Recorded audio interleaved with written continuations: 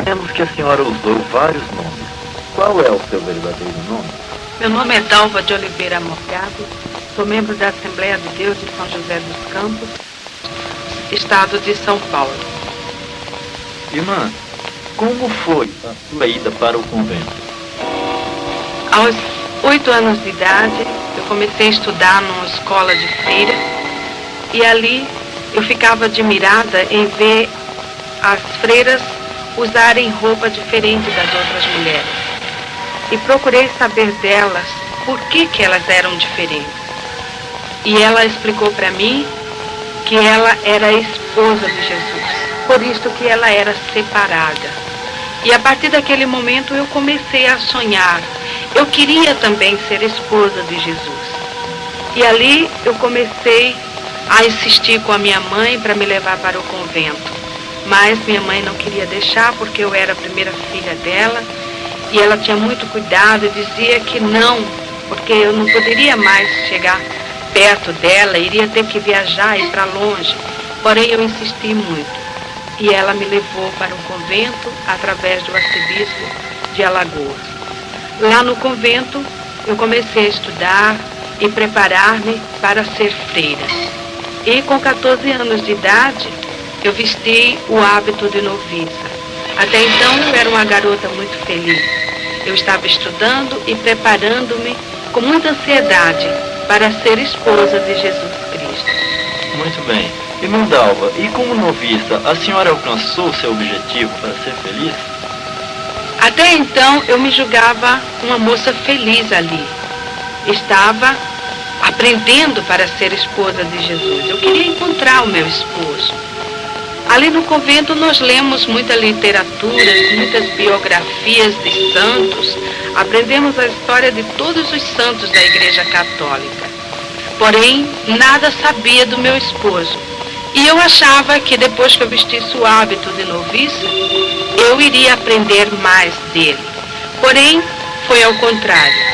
A minha vida começou a viver num clima de terror ali dentro, pois as imagens dos chamados santos começaram a falar comigo. Uma tarde, eu estava sentada na Gruta de Lourdes, sentada numa pedra, lendo um livro. De repente, eu ouvi alguém chamando e dizia: Dalva, vem cá, olha para mim. E eu procurei por todos os lados, pensando que fosse uma amiga, porém não encontrei ninguém. E mais uma vez ouvi chamar. E quando eu me virei, estava a Nossa Senhora de Lourdes com as mãos estendidas, os olhos piscando, e dizia: Dalva, vem cá, vem para mim. E eu saí gritando que não queria mais ir para aquele lugar e que eu não queria ela. E fui aos pés da superiora, expliquei para ela, porém ela achou e falou para mim que eu estava com um problema de ilusão de ótica, que aquilo na realidade não tinha acontecido. E se acontecesse, eu devia ter ido para saber dela o que ela queria, porque era comum os santos falar com as pessoas. Porém, eu tinha muito medo. Irmã Dalva, lá no convento, vocês liam a Bíblia? Não podíamos ler a Bíblia e nem tampouco pegar na Bíblia, porque a superiora nos ensinou desde que entrei para o convento que a Bíblia era sagrada e só o padre podia pegar e ler.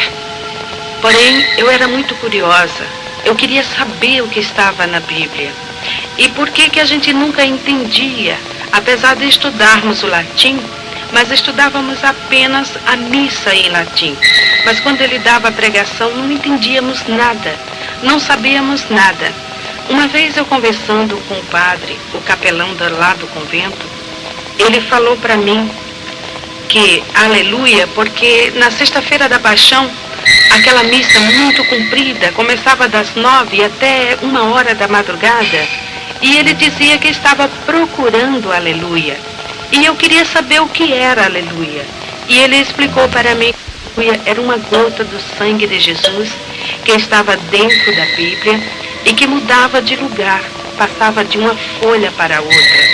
E ele tinha que ler todo até chegar onde estava esta gota deste sangue e ali seria achada aleluia. E se não encontrasse essa gota de sangue, o mundo acabaria. Por isso que nós ficávamos naquele medo e a gente torcia e rezava muito para que a aleluia fosse achada logo com medo do mundo acabar. E um dia eu fui designada para limpar a capela. Porém, naquele dia, eu achei ali a minha oportunidade.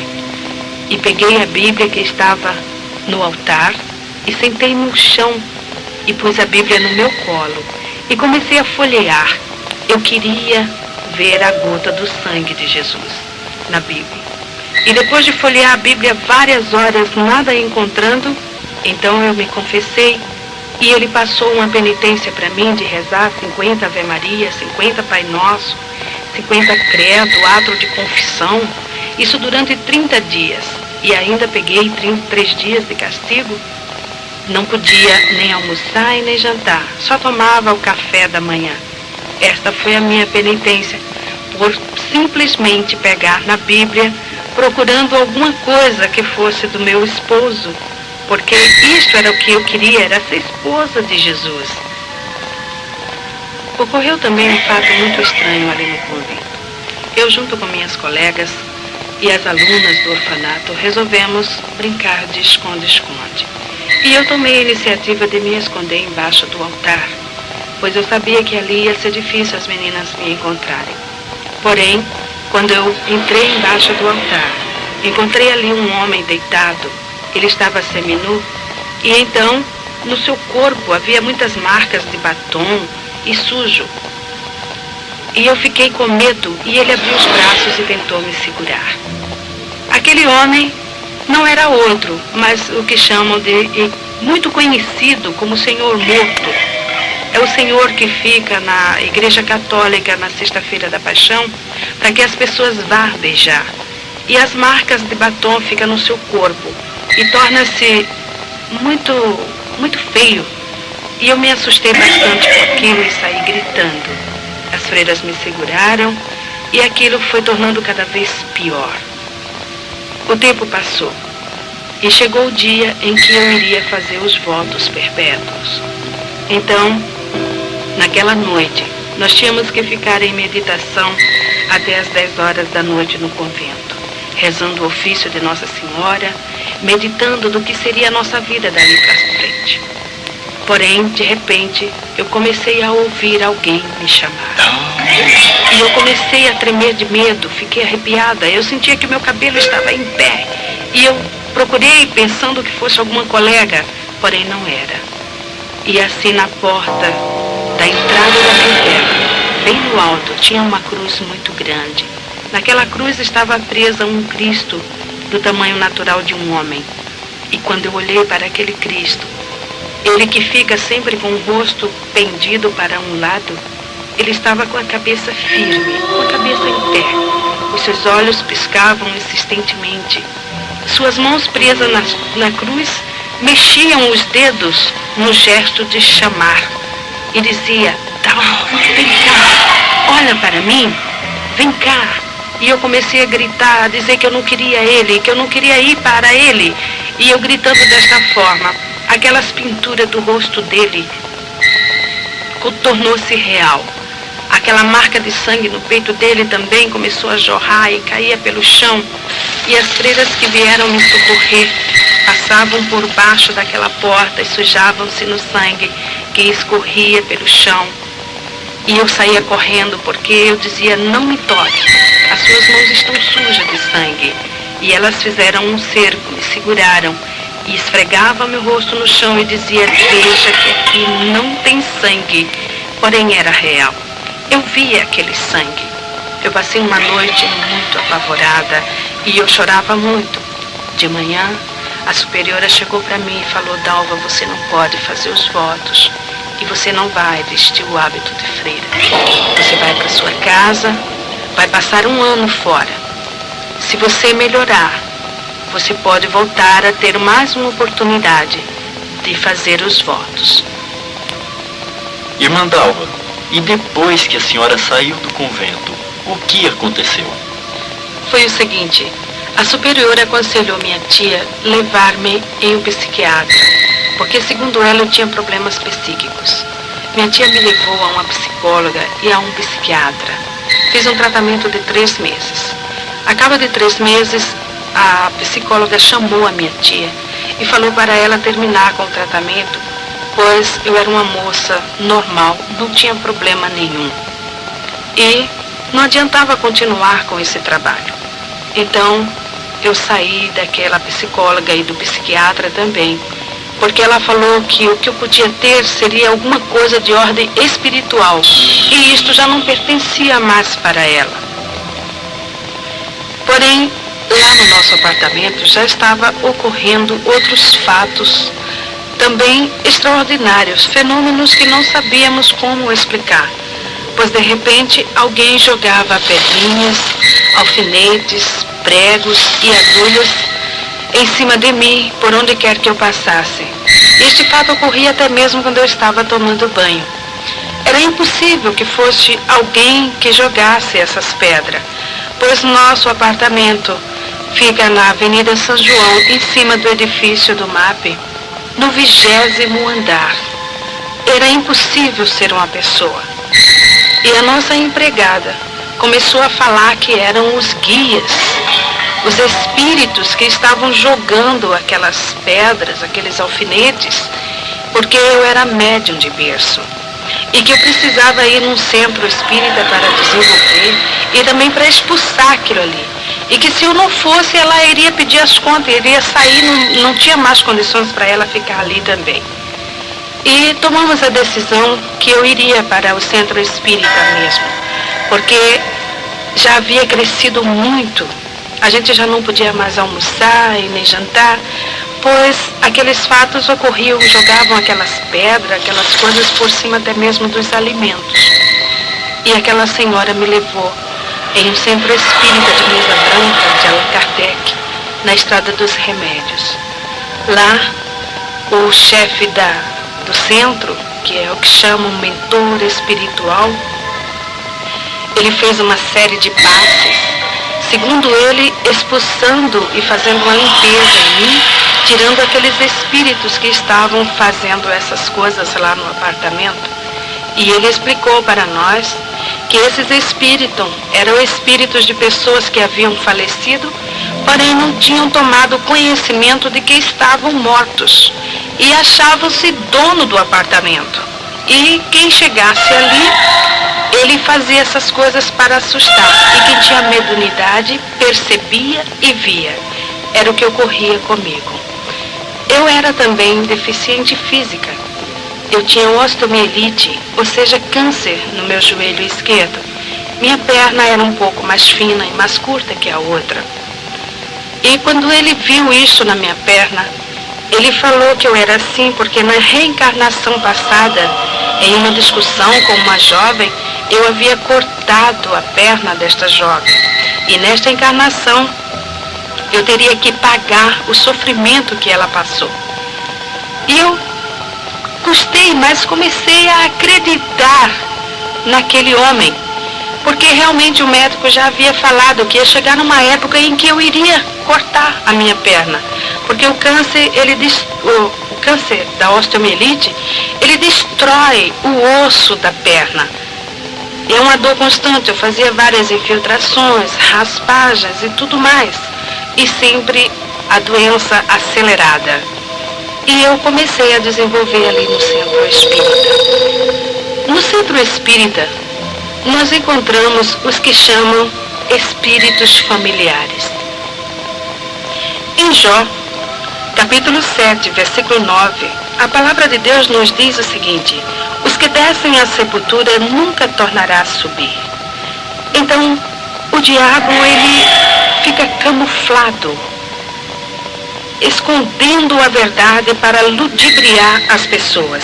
Nós encontramos também em Isaías, no capítulo 8, versículo 19, o Senhor Deus nos advertindo também que não se deve consultar os espíritos familiares e os adivinhos que chireiam e murmuram entre os dentes.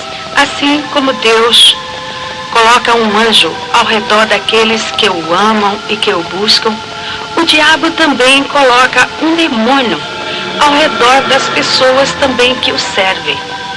E quando aquela pessoa vem a falecer, aquele demônio assume a personalidade daquela pessoa, passando-se por ela, e manifesta no centro espírita e diz para as pessoas que estão ali presentes: eu sou o teu pai, eu sou a tua mãe, eu sou o teu irmão, o teu vizinho, o teu amigo. As pessoas às vezes querem duvidar, porém ao escutar a voz é a mesma.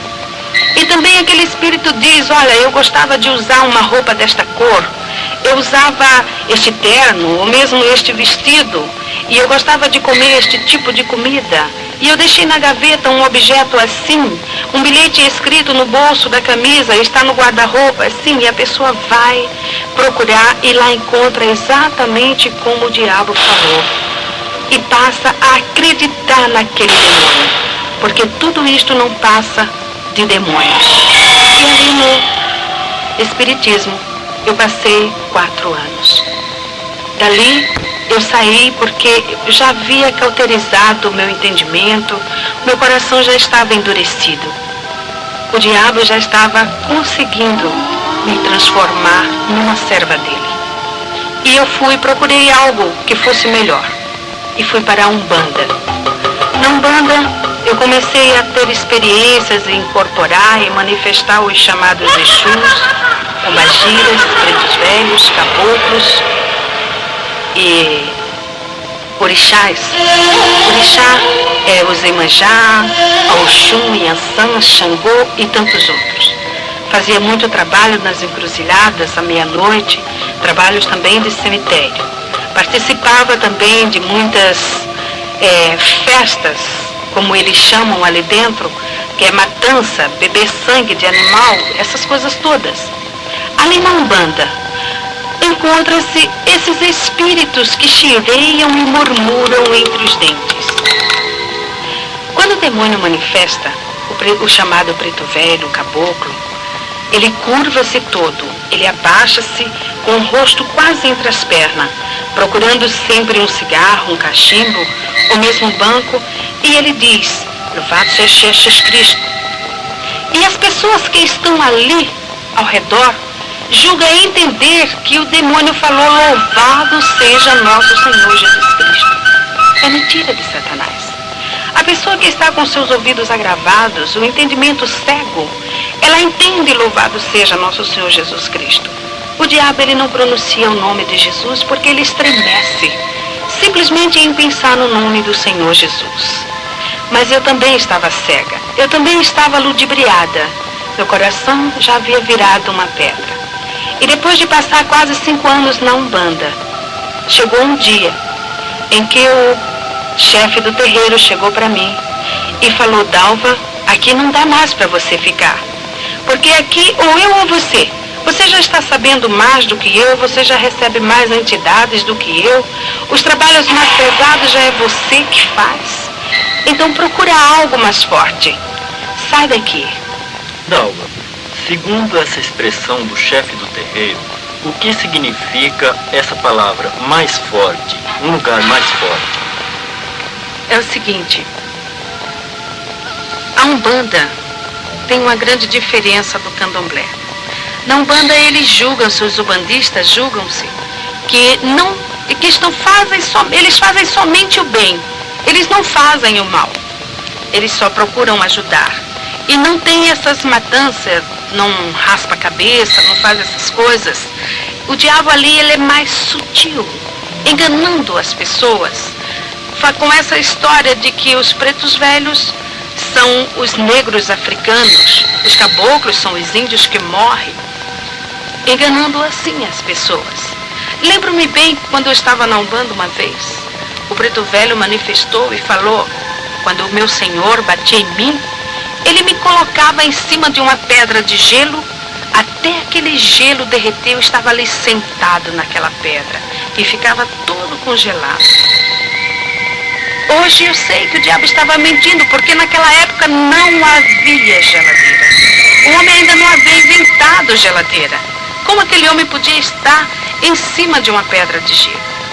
Mas, quando estamos ali, somos cegos, não observamos essas coisas, totalmente cegos. Então, eu fui para o Candomblé. O Candomblé é mais forte do que a Umbanda, porque lá Eles têm os chamados segredos de camarinha, os fundamentos, como eles chamam. É uma religião. Agora ela é religião. Ele veio da África para o Brasil e assumiu um poder muito grande aqui no Brasil, onde existem muitos adeptos, inclusive muitas autoridades, muitas pessoas aí de grande cultura, pertencendo ao candomblé, achando que está fazendo uma grande coisa. A diferença é essa, que o candomblé ele é mais forte. O diabo ali ele já está mais assim, vamos dizer, aberto. Ele já se mostra mais com maior poder. Ele mostra a força que ele tem e o domínio que ele assume nas pessoas. Então ali no candomblé, eu entrei de roncó para fazer cabeça. Irmã Dalva, uma pergunta. O que significa essa palavra roncó? Roncó é um quarto pequeno, sem janelas. Ele só tem uma porta de entrada. A pessoa fica ali recolhida durante 30 dias, quase nua. Usa apenas uma saia amarrada no alto dos seios, deitada em uma esteira que eles chamam na linguagem africana de sissa. E ali eles passam 30 dias tomando banho de abor. Abor é um banho de águas misturadas com ervas e sangue de animal. Esta água ela fica em um vaso grande, enterrado durante 30 dias, ali curtindo. Ali cria bichos, muitas larvas. E é com esta água que a pessoa que está recolhida toma banho 30 dias. Às vezes, quando despeja água no corpo, aquela água fedida, escorre até o bichinho pelo corpo. E a pessoa também fica manifestada com um demônio que chama-se Erê. Erê é um espírito de criança, que se passa por criança, manifesta na pessoa. A pessoa fica ali, porque segundo os orixás, a criança tem mais facilidade para aprender. E a pessoa entra de roncó para aprender a dançar, a cantar e a falar o dialeto africano. O candomblé que eu entrei era da nação de Angola, mas ali dentro a gente aprende o jexá, o queto e a Angola. Ali fiquei 30 dias, eles rasparam a cabeça totalmente. Fiquei 30 dias manifestada com este demônio. E o que ocorre, às vezes, quando toma aquele banho que os bichinhos ficam andando no corpo, o Erê, o demônio que está na pessoa, pega aqueles bichinhos e vai comendo. Com isso, nós vemos que o diabo é sujo. E tudo quanto está ao seu redor, e ele procura também levar a pessoa no mais baixo grau, levando a comer sujeira, a comer larvas. A pessoa fica ali dentro, a comida que vem, são comidas que vêm sempre misturadas com sangue. São comidas, a gente não come o arroz, o feijão natural, é sempre aquelas folhas maceradas, é sempre coisas totalmente diferentes do alimento normal de um ser humano. E depois de 30 dias que está passando por esta fase toda, que já aprendeu a dançar, já foi raspada a cabeça, então dá-se a matança de 21 animais. Aquele animal é tudo ele cortado em cima da pessoa, o sangue derramado no seu corpo, espargido em cima dos que eles chamam de sacudimento. São comidas que ficam ali expostas em tigelas e também pega-se com uma pedra que chama otá. Ali fica preso naquela pedra a vida da pessoa. Tudo que o Pai de Santo ou a Mãe de Santo quiser fazer com a pessoa, pega aquela pedra e chama pelo nome do orixá através daquela pessoa, porque a pessoa também recebe o nome do orixá, o nome que o próprio orixá vai dar no dia da saída dele, que chama saída do santo. Então ali ele pode fazer o que ele quiser com a pessoa, desde que é feito essa matança. Depois que é feita também curas, cortes no corpo da pessoa, que eles chamam de fechamento de corpo, que esses cortes são feitos com a navalha. No meu corpo ainda existe essas marcas, mas o Senhor, pela sua misericórdia, está fazendo desaparecer, mas ainda existem marcas, como o irmão mesmo pode ver, tem marcas ainda nos meus braços que comprovam isto. São as curas feitas. Também eles cortam no alto da cabeça, onde vai ser derramado o sangue, que eles chamam de axé. E depois o orixá sai para dar o nome. Irmã Dalva, o que é orixá? Orixá é uma palavra africana que vem do jeje. Então orixá significa santo para ele. E em vez de chamar santo, chama orixá. Por isso que dá-se o nome de pai de santo, ou seja, pai de orixá. E a pessoa recebe o santo. A pessoa tem o santo de frente, tem o do lado esquerdo e o do lado esquerdo, do lado direito. Então o de frente, que é o pai ou a mãe. No meu caso, eu tinha o santo que eles chamavam o Oxum Apará e o Logum Edé. Que esses orixás, a Oxum Apará, segundo eles diziam que era uma santa guerreira. Por isso que eu era muito agitada, muito bagunceira, muito briguenta. E também o Logum Edé.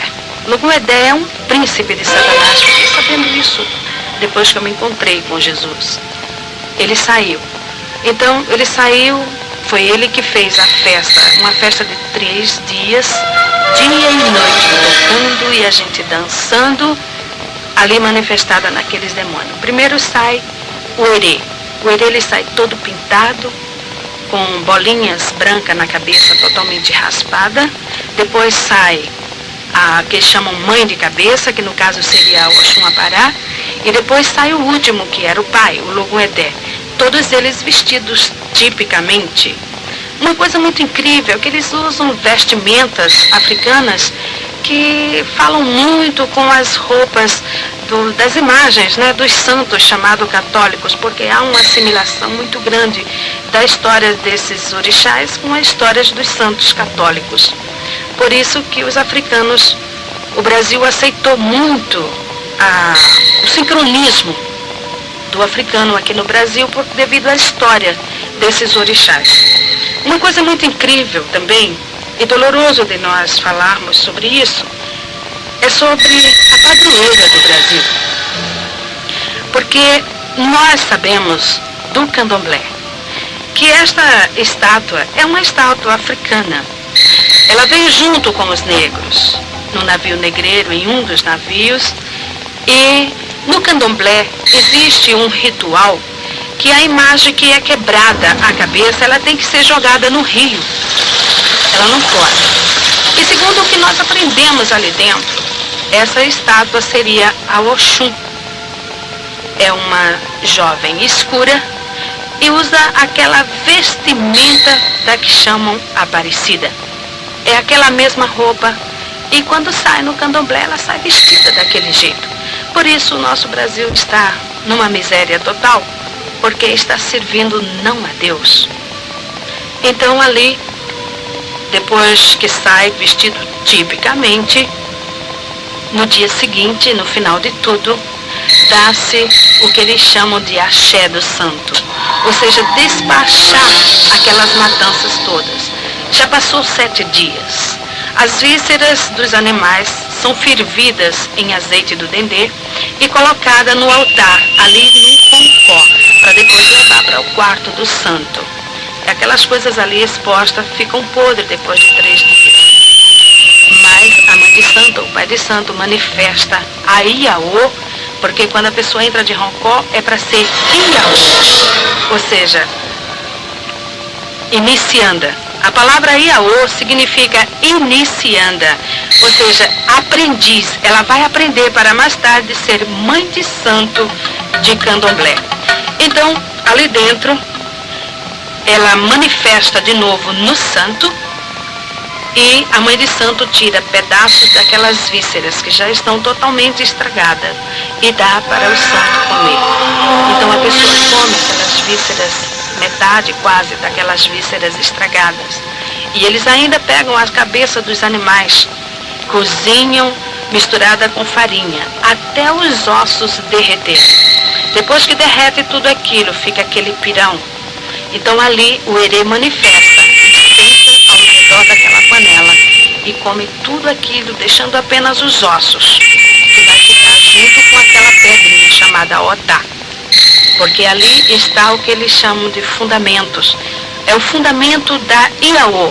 Se o pai de santo quiser matar a Iaô, ele vai fazer bruxaria, ele vai fazer a feitiçaria, ou seja, a macumba, com aquela pedra e com aqueles ossos.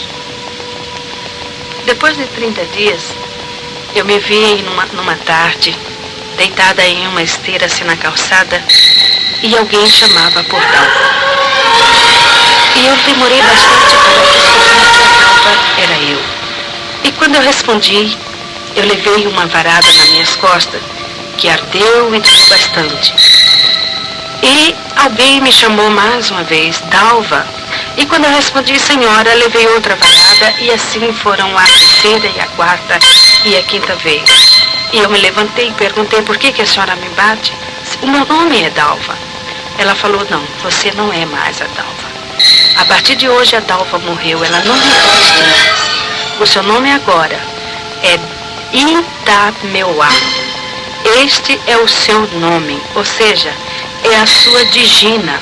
Digina, na linguagem Jexá, significa nome. E ela falou também para mim que eu não podia responder a ninguém por Dalva. Se alguém chamasse Dalva, muitas das vezes daquele nome, e quando alguém chamava por Dalva, alguém que não sabia que eu tinha recebido este nome de Itameuá, me chamava por Dalva, eu costumava responder. O santo realmente manifestava e me levava, às vezes, distâncias muito prolongadas até o rancho santo onde ela estava, e lá ele batia com a palmatória na minha mão até inchar, para que eu me lembrasse que o meu nome era Itameuá. Uma vez eu estava em um restaurante de luxo, em Recife, em um hotel 5 estrelas, pois naquela época eu era muito rica. Eu era uma das maiores fazendeiras do estado de Alagoas. Nós tínhamos uma grande pocilga, ou seja, uma criação de porcos muito grande, no município de Alagoas chamado Arapiraca. E ali, naquele hotel, nós estávamos jantando.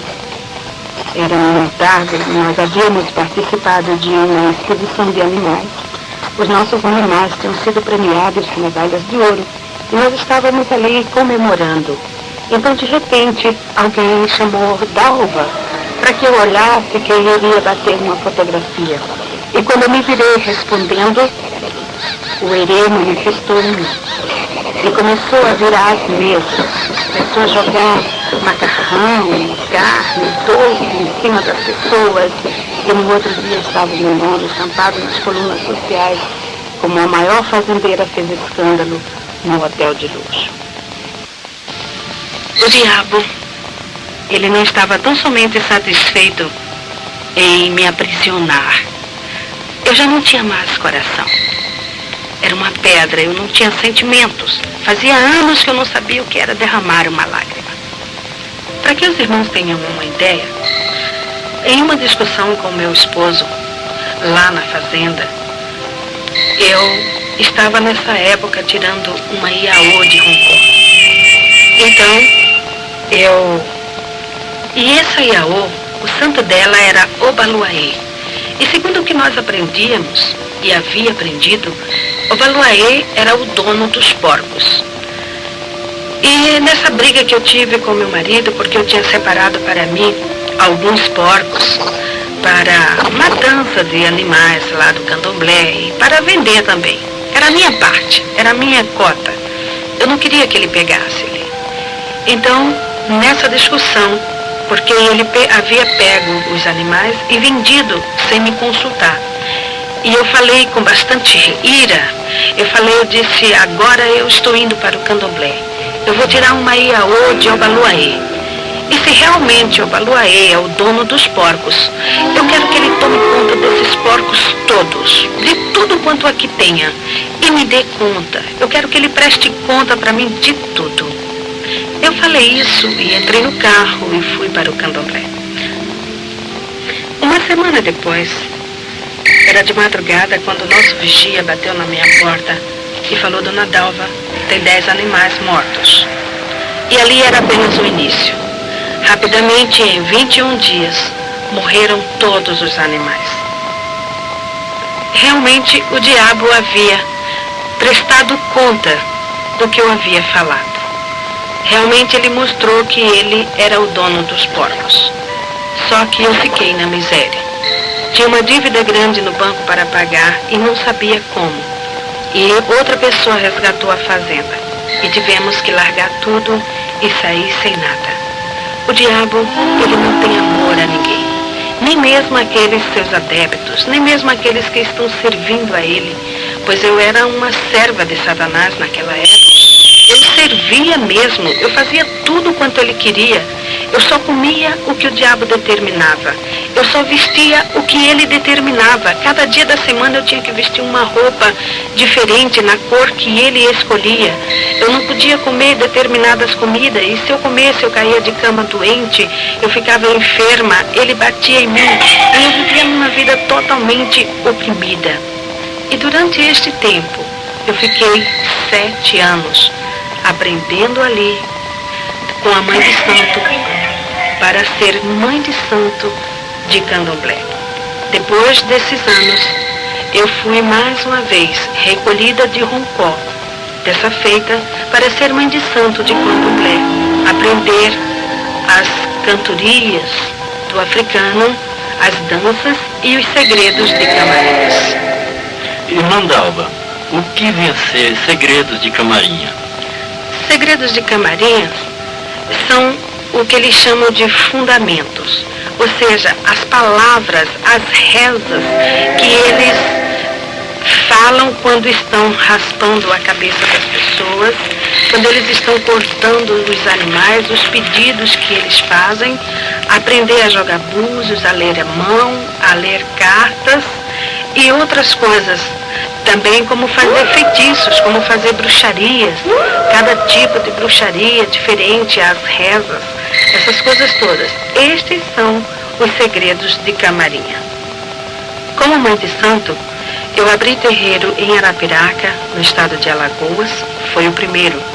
O segundo foi em São Paulo, no Jardim São Paulo, lá em Guaianazes. O terceiro foi no Rio de Janeiro e outro em Londrina, no Paraná.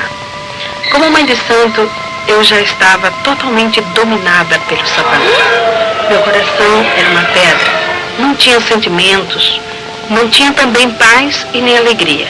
Era uma criatura muito vazia, porém não mostrava para ninguém. Eu mostrava uma satisfação que na realidade eu não tinha.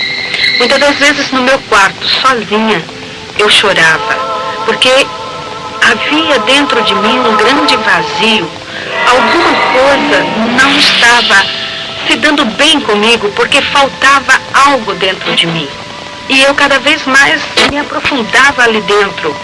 Vivia constantemente raspando a cabeça de outras pessoas, ou seja, recolhendo iaô de Roncó e fazendo macumbas. Era convidada para ir em outros estados fazer bruxarias e feitiçarias.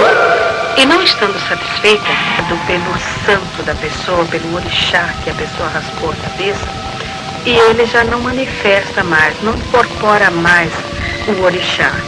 E passa a fazer todos os trabalhos de candomblé, ou seja, raspar a cabeça, jogar búzios, essas coisas todas, e inclusive fazer macumba sem manifestação. Apenas ele manifesta em outras pessoas, mas o Pai de Santo não. Então ele faz tudo consciente. Contudo, a gente não conhece o orixá assim, mais de perto. A gente sente a sua influência, mas não conhece. Já na magia negra, não. Na magia negra, a participação já é mais forte. O demônio, ele já apresenta-se claramente. Ele já vem ele mesmo falar com a pessoa. Quando eu entrei na magia negra, o diabo, ele falava comigo. Toda meia-noite eu sentava na mesa, acendia uma vela e ele vinha, puxava outra cadeira e sentava-se em minha frente. E ali ele me ensinava feitiços, bruxarias. Muitos feitiços ele me ensinou e muitas bruxarias. Eu vivia fazendo tudo quanto ele me mandava. Uma vez eu estava com 6 meses de grávida, na minha terceira gravidez. E eu fui fazer um trabalho de bruxaria no cemitério de Guaianazes à meia-noite. E eu tinha que pular o muro. E nesse trabalho eu teria que desenterrar um defunto de 3 dias, cortar a sua garganta e fazer o feitiço ali dentro e depois cobrir de novo.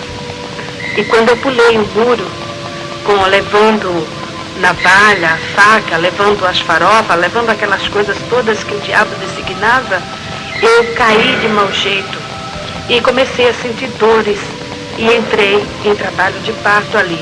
Mesmo assim, eu fui até a cova, onde durante o dia eu já havia marcado qual era, e consegui desenterrar o defunto e fazer tudo aquilo que o diabo havia me dado. Porém, 2 dias depois eu estava no hospital e perdi meu filho, que nasceu morto. E assim eu continuei. E eu fazia várias perguntas para o diabo. Ele apresentava-se para mim, muita gente pensa o seguinte, que o diabo é feio, é preto, é torto, é aleijado, tem rabo, tem chifre. Porém, ele não é assim. Ele é um homem e, por sinal, ele é muito bonito. Por isso que ele engana as pessoas. Porque as pessoas julgam que o diabo é feio e, no entanto, ele apresenta-se muito belo, muito bonito e muito inteligente, por sinal. Ele fala também um português muito correto, uma linguagem perfeita. Ele falou também como ele agia nos bares e nas discotecas. E uma vez eu pude observar também. Ele fica nas costas das pessoas, dançando junto com as pessoas. E depois ele começa a soprar no ouvido das pessoas, mandando fazer algum gracejo com a esposa ou com a namorada do outro. E assim começam as brigas. E quando começa a discussão, os tapas, então ele encosta-se na parede e começa a dar risada e rola pelo chão, balançando com as pernas. E as pessoas que não sabem correm atrás dessas coisas, não sabendo que é o diabo que está induzindo para elas. Uma outra pergunta também que eu fiz para o diabo foi sobre as velas. Eu não conseguia entender por que o diabo pedia tantas velas. Por que ele, quando ia fazer um despacho, ele pedia sempre 21 velas, 70 velas. E por que tantas velas? Então ele explicou para mim. Foi quando eu descobri que o diabo, ele não tinha luz. Ele falou para mim, olha, Itameuá, eu não enxergo a luz. Eu falei, mas e o sol? O sol brilha aí durante o dia. Ele falou, não, eu não enxergo o sol. Eu não vejo luz nenhuma. A única luz que eu vejo é a luz da vela. Por isso que eu peço bastante vela. E os meus companheiros também pedem, porque aonde tem uma vela acesa, eu e os meus colegas vamos juntos. Porém, eu quero deixar aqui um lembrete do seguinte.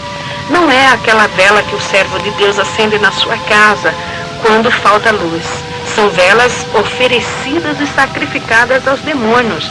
Essas velas que se acendem às segundas-feiras para as santas almas benditas, para as almas das pessoas que morrem. Muitos costumam até acender atrás da porta. Não faça isso. Você está atraindo legiões de demônios para a sua casa. Com isso, a sua vida é um inferno. Nada dá certo. É uma opressão que o diabo dá para as pessoas, porque eles ficam alojados, esperando que você acenda mais vela. Por isso que a palavra de Deus diz que todo aquele que está em pecado é trevas. E a trevas não se mistura com a luz. Por isso que o diabo é treva. Você precisa também buscar a luz, porque Jesus falou, vós sois a luz do mundo. Quem tem a luz não anda em trevas, porque o que anda nas trevas é o diabo. E esse nós temos que tirar da nossa vida. Então também eu fiz uma outra pergunta para o diabo. Eu queria saber por que aquelas imagens de esculturas, os chamados santos lá do convento, viviam falando comigo, me chamando e tentavam muitas das vezes até segurar-me. E ele começou a dar risada e olhando para mim ele falou, ora Itameuá, era eu. Eu falei, mas como você? Ele disse, é muito simples. Cada imagem, ela tem um espaço vazio dentro de si. É o espaço exato que me cabe. Eu fico dentro da imagem ou atrás, para ouvir o que as pessoas estão pedindo, para poder fazer. E assim com isso, elas estão me seguindo. Com isso, elas estão fazendo o que eu quero. Irmã Dalva, e do catolicismo até a magia negra, a senhora conseguiu saciar o anseio da sua alma? Não. A minha vida era uma busca constante. Fui para todos esses lugares, procurando encontrar-me, procurando preencher este anseio da minha alma, porque eu sentia dentro de mim um vazio muito grande. Eu não tinha paz. No dia que eu não tinha com quem brigar, eu brigava comigo mesmo. Muitas das vezes eu entrava no meu quarto tão irada e eu puxava os meus cabelos até sentir que o couro da minha cabeça soltava-se de tanta raiva que eu sentia de mim mesmo. Eu não tinha paz, eu não tinha sossego. Faltava alguma coisa e por isso eu me aprofundava mais e mais e mais ali dentro, porque eu aprendi e sempre falavam para mim que todos os caminhos levavam a Deus. E eu queria saber qual era o caminho que eu estava levando. Mas esse caminho eu não encontrei. A minha outra parte eu não encontrava de jeito algum. Irmã Dalva, como foi que a senhora chegou a conhecer o Senhor Jesus? Bem, 3 anos antes que eu me encontrasse com Jesus, eu estava numa madrugada fria, nevoenta, acendendo uma vela para um demônio chamado Tempo Zará, bem no portão do candomblé. E quando passou um senhor, um homem alto, escuro, e ele foi até a esquina. Quando ele chegou na esquina, ele voltou e parou bem no meu portão. Eu me levantei e antes que eu falasse com ele qualquer palavra, ele estirou a mão para mim e com o dedo em riste ele falou para mim: a mão de Deus está na tua cabeça.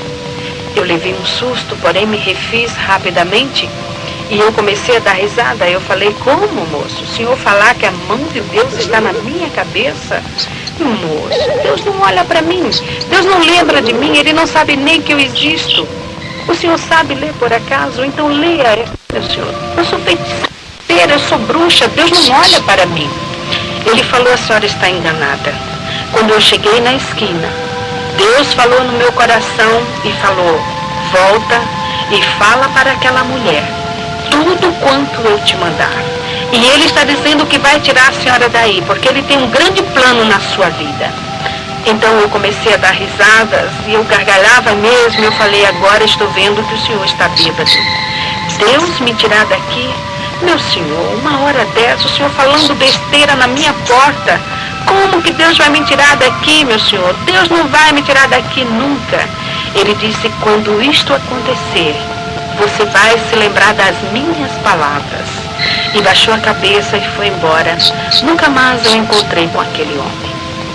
Porém sei que aquele homem era um servo de Deus. E o recado dele eu esqueci no meu coração. Passou o tempo. Eu fui morar no Rio de Janeiro, em Nova Iguaçu. Ali abri candomblé. E depois de 3 anos eu tive uma 4ª gravidez. Depois de fazer bruxarias, com noites que eu não dormia direito, a minha gravidez era doentia, problemática. Eu ia fazer a 4ª cesárea. Minha filha nasceu antes de completar o 7º mês. Era pequenininha. Teve toda sorte de enfermidade. Nasceu com os rins paralisados e internada no Hospital da Polícia Militar no Rio de Janeiro. Ela ficou 4 meses. Depois, o médico pediatra me chamou e falou para mim parar com todas as minhas atividades e cuidar somente da minha filha, porque ela requeria um cuidado todo especial, e esse cuidado só a mãe poderia dar. E eu levei minha filha e aquele médico me fez assinar um termo de responsabilidade. Ele falou para mim: dona Dalva, eu estou entregando a senhora a uma criança viva. Esta criança, ela pesa apenas 800 gramas, mas está viva. E eu quero que a Alice cresça. Toda semana a senhora vai me trazê-la aqui. Pare tudo e cuide só da sua filha. Quando cheguei em casa, eu falei: vou fechar o candomblé por 1 ano para cuidar da minha filha. E assim fiz. Fui até Tinguá, no Rio de Janeiro. Era lá que eu tinha o terreiro. E fechei o candomblé, mandei que os filhos de santo e as pessoas fossem para um outro lugar, me aguardando até o fim do ano.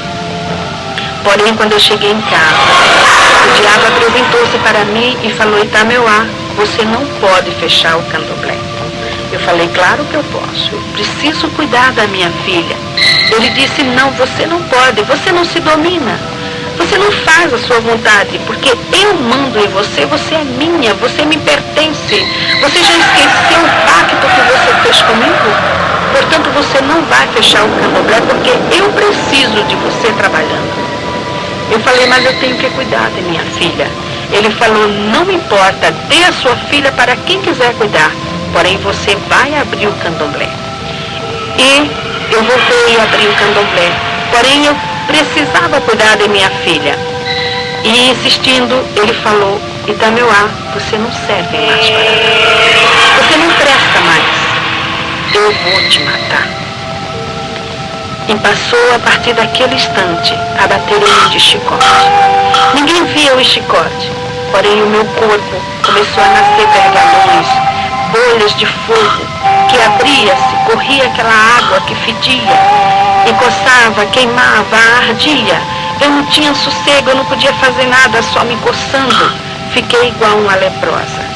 A minha carne fedia, não podia cuidar de minha filha nem da minha casa. E mesmo sofrendo desta forma, eu era obrigada a bater candomblé todo fim de semana, a ir para os cemitérios, para as encruzilhadas com bruxarias e feitiçarias, porque eu não podia parar, que o diabo não deixava. Foi aí então que o meu marido, o companheiro que eu tinha naquela época, nós havíamos casado no candomblé, ele lembrou-se que foi criado num lar cristão. Em Provérbios, capítulo 22, versículo 6, diz: educa o menino no caminho em que deve andar, porque mesmo quando envelhecer não se desviará dele. Ali estava um homem que foi criado num lar cristão. Aos 15 anos de idade, ele ainda estava aprendendo na escola dominical, mas havia desviado-se, enveredando-se por tantos caminhos, até o da bruxaria também. E ele lembrou-se de Jesus e foi reconciliar-se com o Senhor. Ali ele libertou-se também, encontrando-se com Jesus, e juntou-se ao círculo de oração e começou a jejuar e orar junto com as irmãs, para que Deus quebrasse as forças do diabo, para que Deus fechasse o candomblé, para que Deus tirasse todas aquelas pessoas, aqueles chamados filhos de santo, e as pessoas que iam ali para jogar búzios. E a oração do justo pode muito em seus efeitos.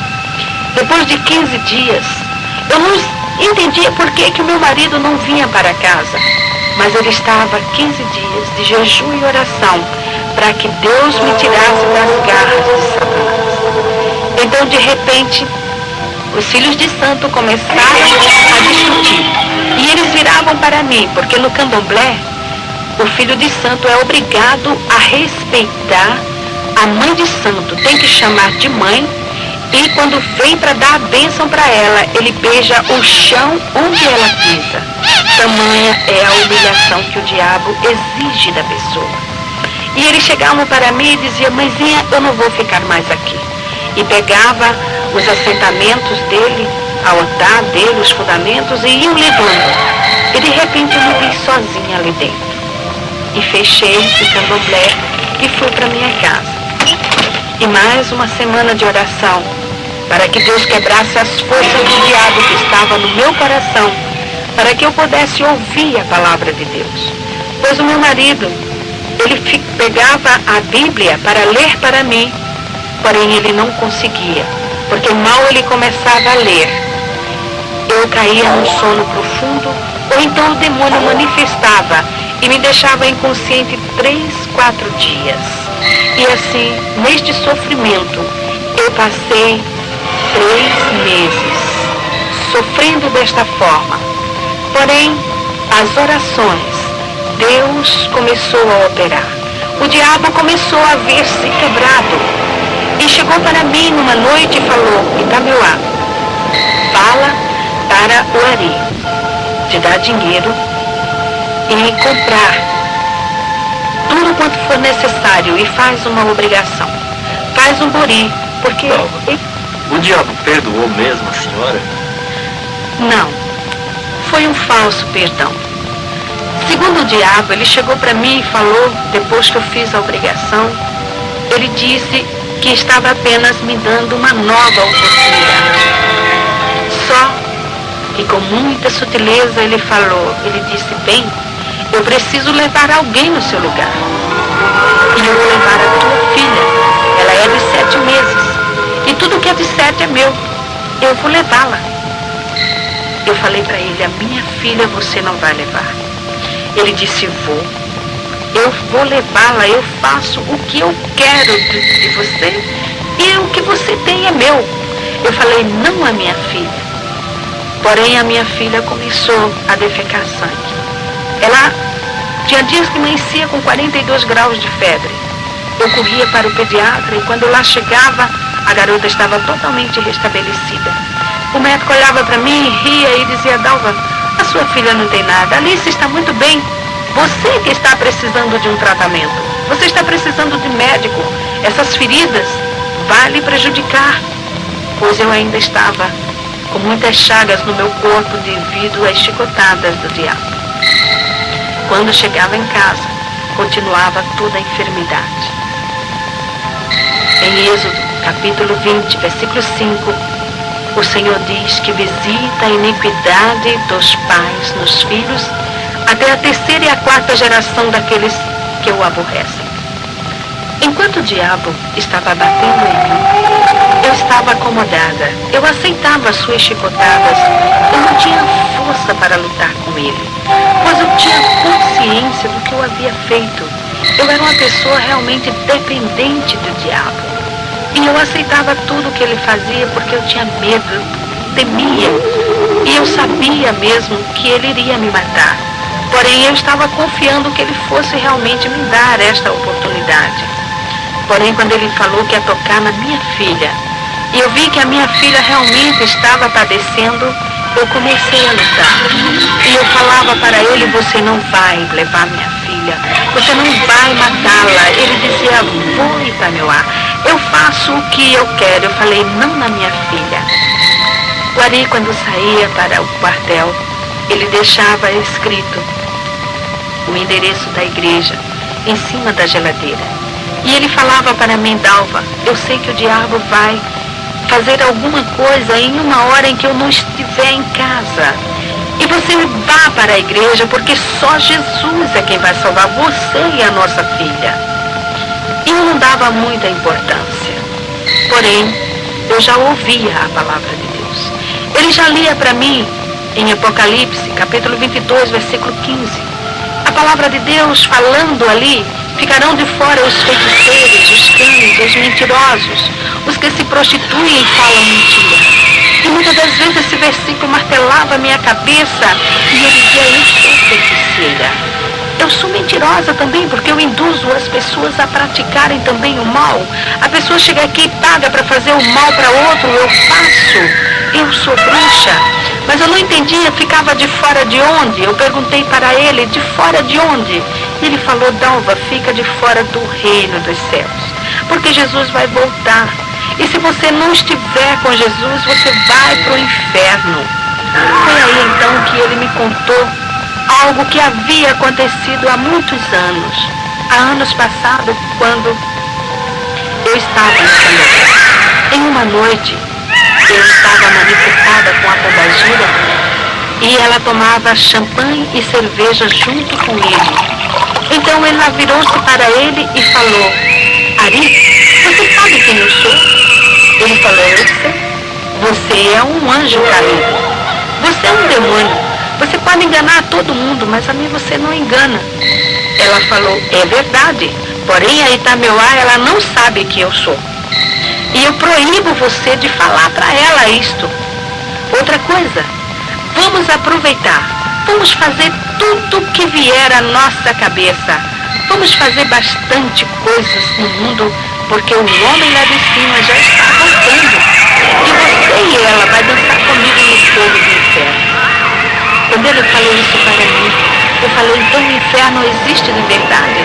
Eu achava que o inferno fosse aqui, fosse aquela vida que eu levava, mas existia um inferno maior. E como era a pombagira que havia falado, eu passei a dar mais crença. Quando a minha mãe, que era uma serva de Deus, falava para mim: Dalva, Jesus vai voltar, isso é diabo. Eu dava risada na cara dela, começava a dizer: aqui, Jesus vai voltar. Só se ele for trouxa, minha mãe. Jesus veio aqui, puseram ele numa cruz, se ele voltar agora, eu vou pôr ele no paredão e vou metralhar ele. E a senhora vem com essa de Jesus voltar, isso é conto de fada. Eu achava que era história.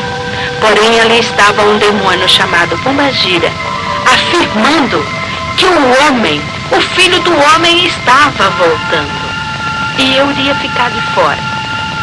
E foi assim que naquela noite eu estava com a minha filha sentada no tapete, encostada às minhas pernas.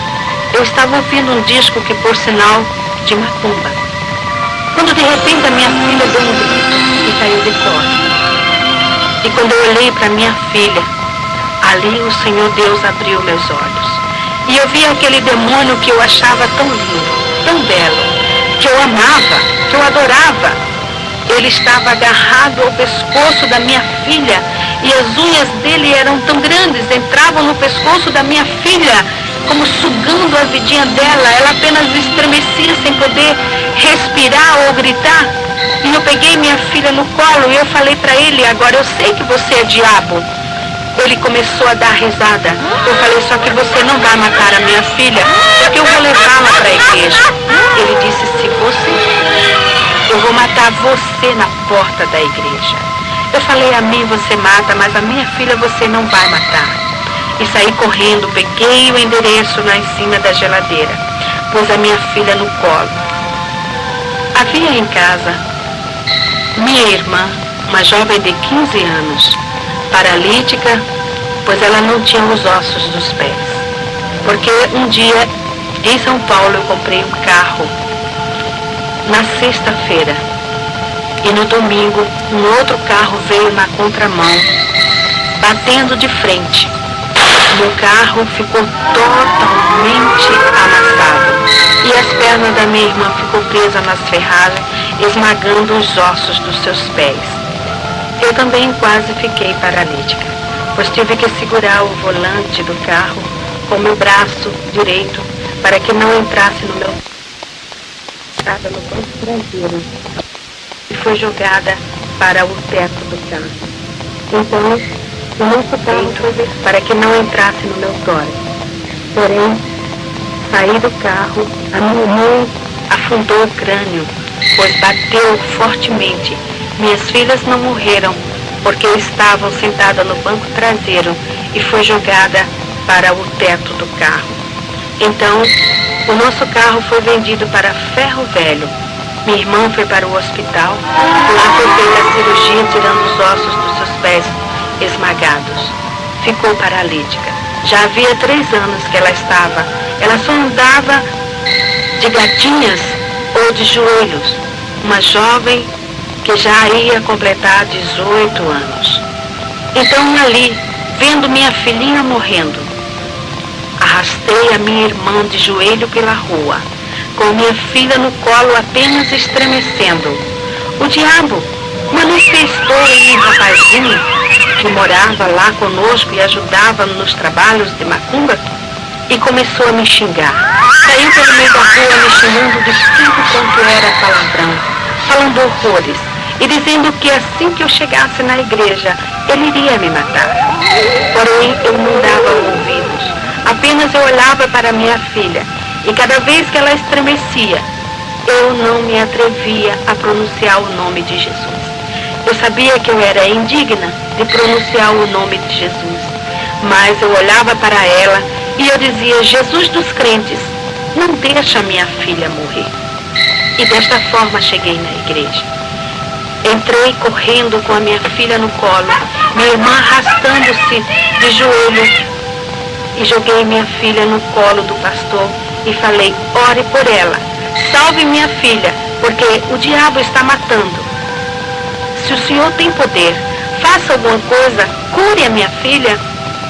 Ele disse: eu não curo, porém Jesus Cristo cura. E orou na minha filha. E imediatamente eu vi, quando aquele demônio soltou a minha filha, E ela começou a rir e veio para o meu colo dando risada. Naquela hora, o Espírito Santo começou a tocar no meu coração. Quando eu leio na palavra de Deus, o Senhor Deus falando para o seu povo: tirarei de vós o coração de pedra e darei um coração de carne. Eu me alegro e me regozijo e digo: Senhor, tu fizeste esta cirurgia em mim, porque o meu coração era pedra. Eu não tinha sentimentos, eu não tinha amor, eu não tinha nada dentro de mim. Faziam uns 10 anos, mais ou menos, que eu não sabia o que era derramar uma lágrima sequer. E ali naquele instante, estava eu chorando. Os meus olhos saíam lágrimas copiosamente, porém eu, envergonhada, olhava para os irmãos de um lado para o outro e eu dizia: por que eu estou chorando? Eu não quero chorar. Mas quanto mais eu assim falava, mais eu chorava. E naquela hora também o pastor virou-se para minha irmã e falou: jovem, fica em pé, eu vou orar por você, porque você precisa de Jesus. Então a minha irmã estirou os pés e mostrou para o pastor e falou: eu não fico em pé, porque os meus pés não têm ossos. E ele, olhando para aqueles pés atrofiados, falou para ela: Jesus pode te dar ossos novos. Você crê nisso? Você quer Jesus na sua vida? Ela falou: eu quero. E ele orou sobre os pés da minha irmã e ela imediatamente ficou de pé. Começou a correr, a andar ali na igreja. Eu comecei a soluçar. Eu olhava para a minha perna com câncer. A minha perna continuava com a mesma enfermidade. Aqueles guias haviam me prometido curar e nunca me curaram. E ali estava, num piscar de olhos, a minha irmã andando, correndo, com os pés novinhos e a minha perna afinando e diminuindo de tamanho. Foi quando o pastor virou para mim e falou: senhora, eu vou orar agora. Eu olhei para ele e falei: não toque, porque o diabo falou para mim que se eu morrer o senhor vai para a cadeia. Ele falou: mas Jesus te ama. Eu falei: moço, Deus não olha para mim. Eu sou feiticeira, eu tenho candomblé, eu sou da magia negra, eu já fiz pacto com o diabo, eu conheço o diabo face a face. O senhor acha que Jesus olha para mim? Ele falou: irmã, Jesus falou: vinde a mim todos os que estáis cansados e oprimidos, e eu vos aliviarei. Tomai sobre vós o meu jugo e aprendei de mim, que sou manso e humilde de coração, e encontrareis descanso para vossas almas. E a senhora está precisando disso. O diabo está lhe oprimindo. Jesus ama a senhora. Ele te perdoa. Quando ele falou perdoa, eu falei: o senhor acha mesmo que Jesus vai te perdoar? Ele falou: Jesus vai te perdoar, porque ele morreu na cruz do Calvário por você. Ele derramou o seu sangue para lhe redimir. Ele liberta você de todos estes demônios. Basta que você entregue a sua vida para ele. Você quer Jesus? Eu não podia falar. As lágrimas eram demais, eu soluçava. E eu sei que naquele instante, não somente a minha boca falou, mas como minha alma, meu espírito, todo o meu ser falou: eu quero Jesus. Quando eu fechei meus olhos e o pastor pôs a sua mão na minha cabeça, eu vi o diabo pular na minha frente. E ele, que era tão belo, começou a crescer e de repente começou a cair casca dele. Eram cascas que caíam e ele foi transformando-se em um monstro. E era muito grande, muito alto. O pé dele era enorme e levantou a perna dele e me pisou. E eu caí no chão, aquele pé me esmagando. Eu queria movimentar-me e não podia. Eu queria gritar, também não podia. Eu queria respirar e não podia. E eu pensei: agora eu estou morrendo. Mas ao longe, eu ouvia a voz do pastor que dizia: demônio, em nome de Jesus, sai! Sai! Porque enquanto eu me via nesta situação, na realidade estava manifestando legiões de demônios. Demônios que xingou o pastor, demônios que quebrou bancos na igreja, demônios que chamou o pastor para briga, fez horrores dentro da igreja. Por último, fiquei caída, deitei no chão. E o pastor me falou que eu já estava ficando roxa, pois não respirava. E ele começou a clamar por Jesus e ele falou: Senhor, o que eu faço, Senhor? Esta mulher está morrendo. E ele falou para mim que o Espírito Santo falou no coração dele: quem está matando esta mulher é um príncipe de Satanás. Chama um querubim para que te ajude. E eu ouvi a voz dele bem distante falar: Senhor, manda um querubim para expulsar esse espírito de Satanás que está matando esta mulher. E eu vi uma mão que brilhava passar pelo telhado. Era uma mão muito bonita. Pegou na perna daquele monstro e saiu levando. Uma simples mão, levando um monstro tão grande. E eu sei que era a mão do meu Jesus, porque naquela mão havia uma cicatriz. E era a cicatriz do prego que furou a mão de Jesus. Aquela mão, eu sei e tenho certeza que era a mesma mão que aquele servo de Deus 3 anos antes tinha visto sobre a minha cabeça. Realmente ali estava cumprindo-se a profecia que o Senhor havia falado na boca daquele servo. Me levantei ali do chão, leve. Eu não sentia o chão nos meus pés. Sentei no banco e comecei a lembrar de tudo. E tudo quanto eu havia praticado e feito, e como Jesus era bom. Eu estava leve, aquele fardo havia tirado. Realmente o Senhor havia levado meu fardo. Eu não tinha mais raiva dentro de mim, não tinha mais ira. Realmente eu estava transformada. Realmente eu estava ali nascendo uma nova criatura. Mandalva, agora com Jesus eu creio que a senhora conseguiu satisfazer o anseio da sua alma, não é verdade? É sim. Agora eu posso afirmar que sou uma mulher realizada. Tudo quanto eu queria para a minha vida, tudo quanto eu desejava ter, hoje eu tenho. Porque eu tenho paz. Hoje eu deito no meu travesseiro e durmo o sono dos justos. Porque eu sei que Jesus está cuidando de mim. Eu sei que o seu Espírito está dentro do meu ser. Porque Jesus falou: vós sois o templo do Espírito Santo. E Ele tem me guiado, Ele tem me ensinado, Ele tem me orientado e tem me separado para esta obra. Então eu sou feliz. Também 3 anos depois, Jesus me curou do câncer na perna. Me deu uma perna nova. Minha perna hoje é igual à outra. E esses anos tenho trabalhado para o Senhor. Sou feliz, porque eu já fui uma mulher milionária financeiramente, mas hoje eu sou muito mais espiritualmente. E tudo isso eu devo a Jesus Cristo. E para terminar, quero deixar em louvor ao nome do Senhor estes versículos. Amo ao Senhor, porque Ele ouviu a minha voz e a minha súplica, porque inclinou para mim os seus ouvidos, portanto invocá-lo-ei enquanto viver. Cordéis da morte me cercaram, e a angústia do inferno se apoderaram de mim. Encontrei aperto e tristezas. Então invoquei o nome do Senhor. Ó Senhor, livra minha alma. Misericordioso e justo é o nosso Deus. Estava abatida, mas Ele me livrou. Porque Tu, Senhor, livraste a minha alma da morte, os meus olhos das lágrimas e os meus pés da queda.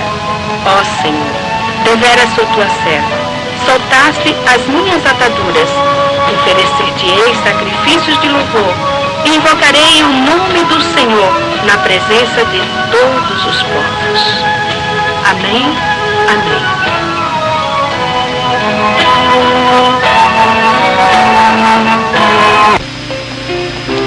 Mas o final não quiseram cantar. Existia na terra um certo homem que se chamava Jesus de Nazaré. Fazia milagres acontecer.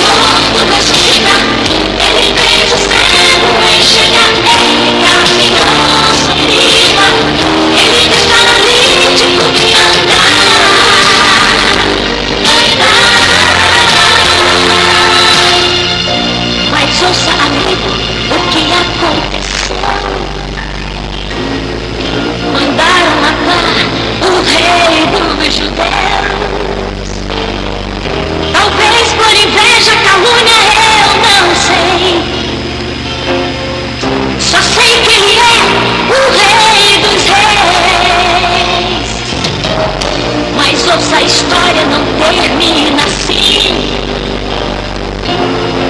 Pois nesta história tem final feliz. Ao terceiro dia ele ressuscitou.